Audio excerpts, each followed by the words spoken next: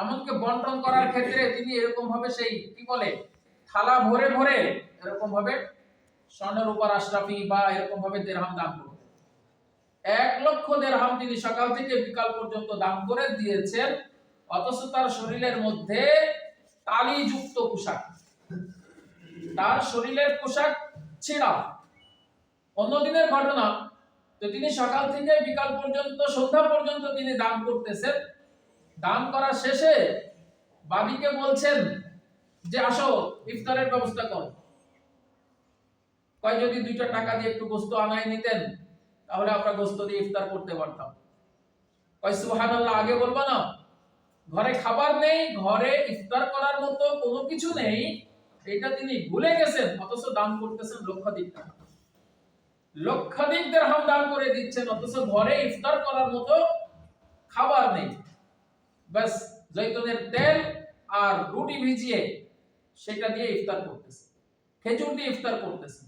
তাহলে এই যে বদান্যতা ছিল আজ আয়েশা রাদিয়াল্লাহু আনহার মধ্যে, বিশেষ করে আয়েশা রাদিয়াল্লাহু আনহার আরেকটা দিক ছিল। দেখেন, নবী সাল্লাল্লাহু আলাইহি সাল্লাম সবচেয়ে বেশি ভালোবাসতেন আয়েশাকে, এবং জান্নাতি যে সমস্ত রমণীদের রাসূল সাল্লাল্লাহু আলাইহি সাল্লামের বিবি হওয়ার সুসংবাদ দেওয়া হয়েছে, এই সুসংবাদ প্রাপ্তদের মধ্যে আয়েশা রাদিয়াল্লাহু আনহাও আছেন, অর্থাৎ তিনি জান্নাতেও নবীর বিবি হিসেবেই থাকবেন।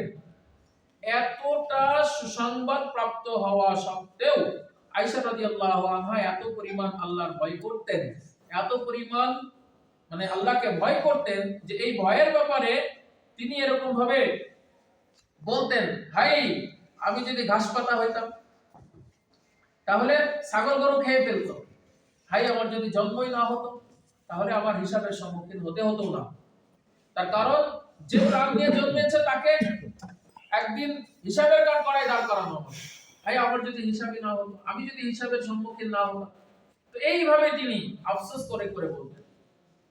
কিতাবের মধ্যে এসেছে যে তিনি একদিন তার ঘরে একটা সাপ ওঠার কারণে ওই সাপটাকে তিনি মেরে ফেলেছেন। সাপ সাধারণত সাপ মারার হুকুম নবীজির থেকে এসেছে, তো সাপ মেরে ফেলেছেন।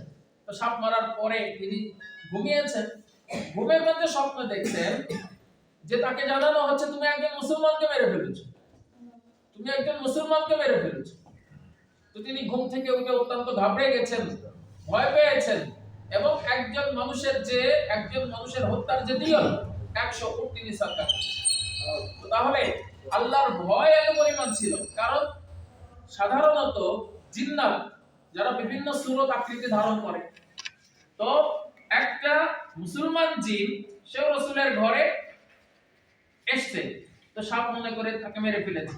তো তিনি জিজ্ঞাসা করছেন যে সে যদি মুসলমান হয় তাহলে নবীর ঘরে কেন? সে তো পর্দা করে এসেছে, সে তো আড়ালে ছিল বা পর্দার সাথে ছিল।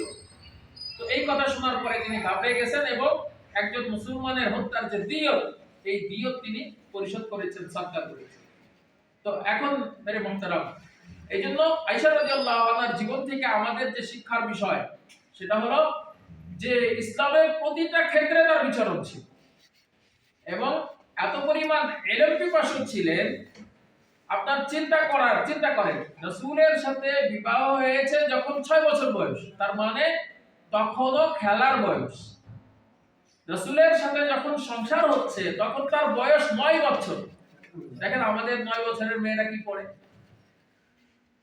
আমাদের 9 বছর আমাদের 9 বছরের মেয়েরা এখন সর্বোচ্চ 3 তে পড়ে, এখনো পর্যন্ত তাদের খেলার বয়স শেষ হয়েছে বলে?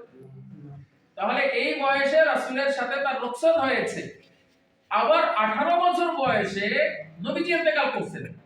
তাহলে নবীজির সোহবতে মাত্র 9 বছর ছিলেন। আচ্ছা, আবার এই 9 বছরটা যদি আবার একটু ভাগ করে ফেলেন, কিভাবে ভাগ হলো? নবী সাল্লাল্লাহু আলাইহি সাল্লাম ছিলেন আদল ও ইনসাফকারী। নবী সাল্লাল্লাহু আলাইহি সাল্লাম তার বিবিদের এক পালা বন্টন করতেন এবং সেটা সমতা রক্ষা করে করতেন। তো তাহলে 9 জন বিবির থেকে ঘুরে আয়েশা রাদিয়াল্লাহু আনহার ঘরেও একদিন আসাটার পরিমাণটা তাহলে কত ভাগের কত ভাগ হয়ে গেল? তাহলে এত অল্প সময়ে নবীজিকে কাছে পেয়ে, নবীজির সোহবতে থেকে, নবীজির সংস্পর্শে থেকে তিনি এত পরিমাণ অগাধ জ্ঞানের অধিকারী হয়েছেন যে সাহাবায়ে কেরাম যেই সময়